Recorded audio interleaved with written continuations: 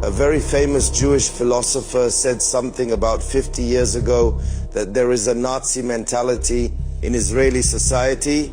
He said then that Israel would probably not establish gas chambers or death camps, but the mentality in this society could legitimize such a thing.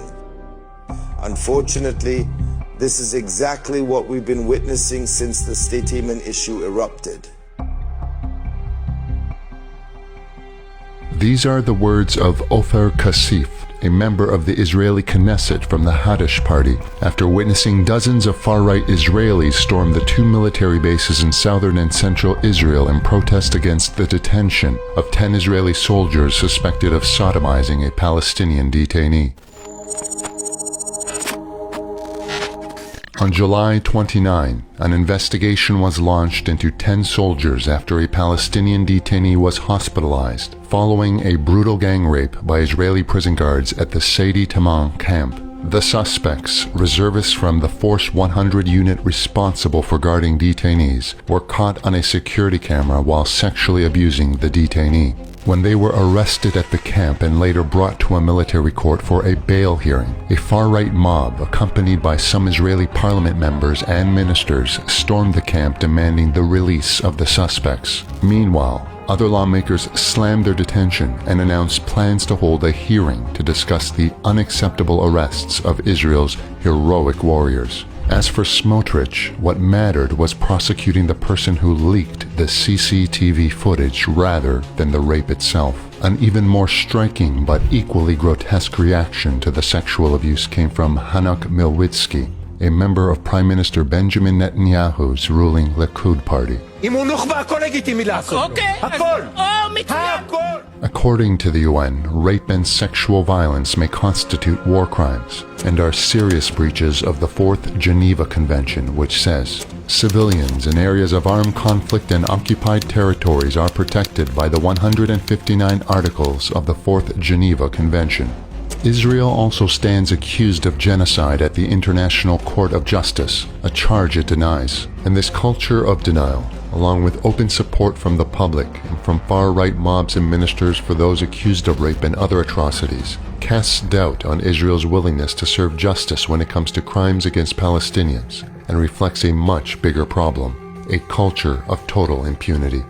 I truly believe that these events can only be understood through the prism of Israel's impunity, which they've enjoyed for decades. Because whatever war crimes Israel commits, their allies, including the US and UK, obfuscate, they deflect, and provide diplomatic cover. In a bid to legitimize the rape, defense lawyers for 4 Israeli reservists claimed their clients were acting in self-defense. The attorneys, Natiram and Adi Kider, are affiliated with the far-right legal organization, Honenu, which is notorious for defending Jewish terrorism suspects and illegal settlers accused of violence against Palestinians. As crowds rallied outside the military court hearings in support of the arrested soldiers, arguing that mistreating Palestinian detainees is an act of self-defense, prosecutors released 5 of the 10 initially detained reservists. Since being released just 2 days after detention, one of the soldiers was even invited to speak on pro-Netanyahu Channel 14's flagship primetime program, where he had this to say. בשביל זה אני יושב פה, להגן עלינו, להגן על כוח 100. אני חושב שצה"ל שלנו הוא צבא בריא ביותר. Although initially wanting to remain anonymous, the soldier Meir Ben Shetrit later revealed his identity on social media and called for public support. His call was quickly picked up by another media. קודם כל, זה מגיע להם, זו נקמה ראויה מאוד, רק חבל שלא עושים את זה בצורה ממוסדת, כחלק מתקנון התעללות בעצירים. In another video, the same soldier claimed that military police expressed support and gratitude during his interrogation. שמשטרה צבאית התייחסו אלינו ממש יפה. כן? באמת, כולם. אתה רואה את התמיכה עם יד על הלב, כאילו אומרים לך Amid growing public support for Israel's atrocities, testimonies of Palestinians who have endured torture under Israeli custody continue to emerge, with the abuse often linked to Ben Gvir, who oversees the Israeli prison service. قام هؤلاء مجموعة الكيتر واليماز بالدخول علينا ملثمين بضربنا لمدة 50 دقيقة، وهم يضربون بنا وهم يضحكون. وهناك كان التصوير المباشر كما علمت بسبب أنني أعلم وأعرف اللغة العبرية. سمعتهم يقولون أننا مباشر مع ابن كفير، يشير مع ابن كفير، يعني مباشر مع ابن كفير.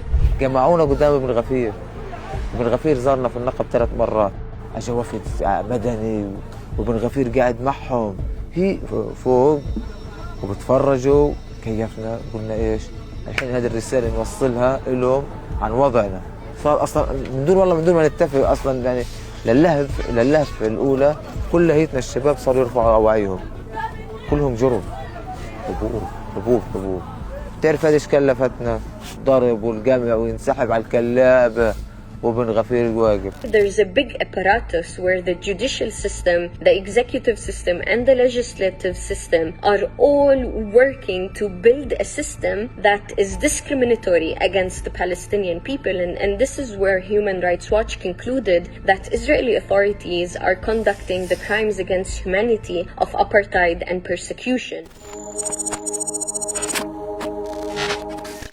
Recent video evidence of sexual abuse at the now infamous Saidid Taman adds to the growing body of proof that the shadowy detention facility operates as a torture camp. However, testimonies from Palestinian detainees released from other Israeli prisons also reveal the same disturbing pattern of sexual abuse, including the rampant practice of rape by female soldiers. What is very frightening, on top of the crime itself, is that Israeli society, generally speaking, is deeply rotten. It's sick. The vicious occupation goes on, and like all occupations around the world and in history, it dehumanizes the occupied, but it also leads to the demoralization of the occupier. So this is a consequence, and I'm afraid it is not the last one. According to a document that was published by B'Tselem just a couple of days ago, there are torture camps all over Israel. A country that stands accused of genocide at the ICJ, among countless human rights violations that likely constitute war crimes, and continues to deny any wrongdoing.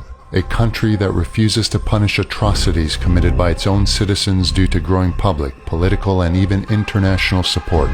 A country that condones rape as a form of revenge that can be used against people of other faiths, and openly advocates for its legality and justifies its practice.